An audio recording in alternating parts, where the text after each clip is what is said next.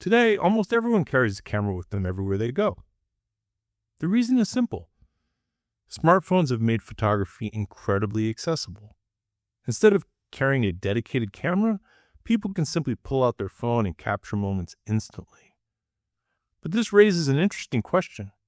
How good are smartphone cameras compared to professional cameras? To explore that idea, I recently compared two very different devices. The Google Pixel 10 Pro XL, which costs around $1,100, and the Leica Q3 Monochrom, a premium camera that costs nearly $8,000. Yes, that's a huge price difference. And obviously, this isn't exactly a fair comparison. But it's still fascinating to see how far smartphone photography has come. Let's dive in. Smartphones use professional cameras. Like many people today, I take a lot of photos with my phone. Even though I own a mirrorless camera, my Pixel 10 Pro XL often ends up being the device I reach for first. One of the biggest reasons is convenience. The phone is always in my pocket, ready to capture moments instantly. And honestly, the Pixel's camera system is incredibly impressive for a smartphone. Another thing I enjoy is experimenting with editing tools and filters. The Pixel offers plenty of creative options, including several black and white filters that can give photos a classic and artistic look. Recently, however, I spent 2 weeks testing something very different. A camera built specifically for black and white photography. The Leica Q3 Monochrom. This camera doesn't shoot color photos at all.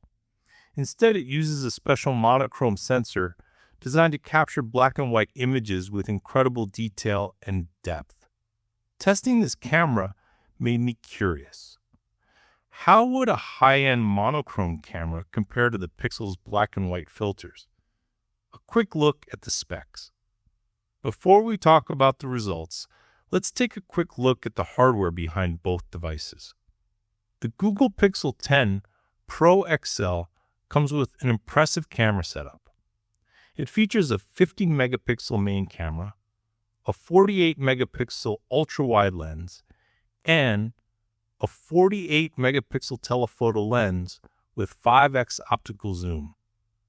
There's also a 42-megapixel front camera for selfies.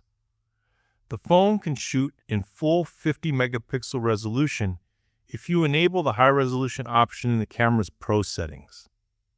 These images capture more detail, but they also take up more storage space.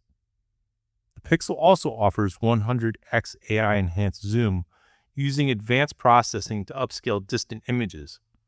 While the results are impressive for smartphone, you do lose some detail because software is filling in the gaps. And importantly, the Pixel captures all photos in color first. If you want black and white images, you apply filters later during editing. Now let's look at the Leica. The Leica Q3 Monochrom is a completely different kind of camera. It uses a 60.3 megapixel full-frame monochrome sensor, meaning it captures only black and white images right from the start. Because it doesn't need color filters on the sensor, it can capture significantly more detail and tonal information. The camera also includes optical image stabilization, which helps you shoot at slower shutter speeds without introducing blur. It comes with a fixed 28mm f/1.7 Summilux lens, which is great for street photography, architecture, landscapes, and portraits. Another impressive feature is its 14+ stops of dynamic range, allowing photographers to recover highlights and shadows during editing. And with over 60 megapixels, the images are incredibly detailed. So detailed that you can crop deep into the frame and still retain excellent quality. Black and white image quality. One of the biggest differences between these two devices becomes clear when you compare their black and white images. A dedicated monochrome camera like the Leica captures black and white images directly from the sensor. This results in photos that feel richer, deeper, and more natural.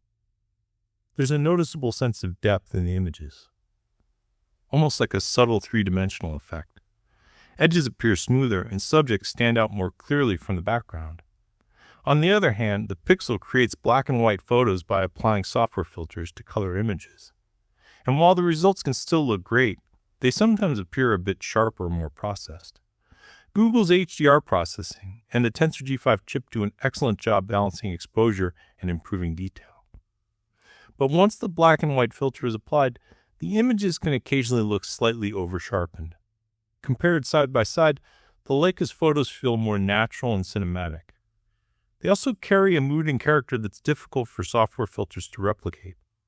That said, the Pixel still performs incredibly well for a smartphone camera. Macro photography comparison. Another interesting area to compare is macro photography. Both devices actually offer dedicated macro capabilities. With the Leica Q3 Monochrom, you can switch to macro mode by rotating a ring on the lens. This changes the focus distance, allowing the camera to capture subjects as close as 17 centimeters away. The Pixel approaches macro photography differently. When you bring the phone very close to a subject, typically between 2 and 4 centimeters, it automatically activates macro mode. Macro photography is fantastic for capturing tiny details in things like flowers, leaves, insects, and food.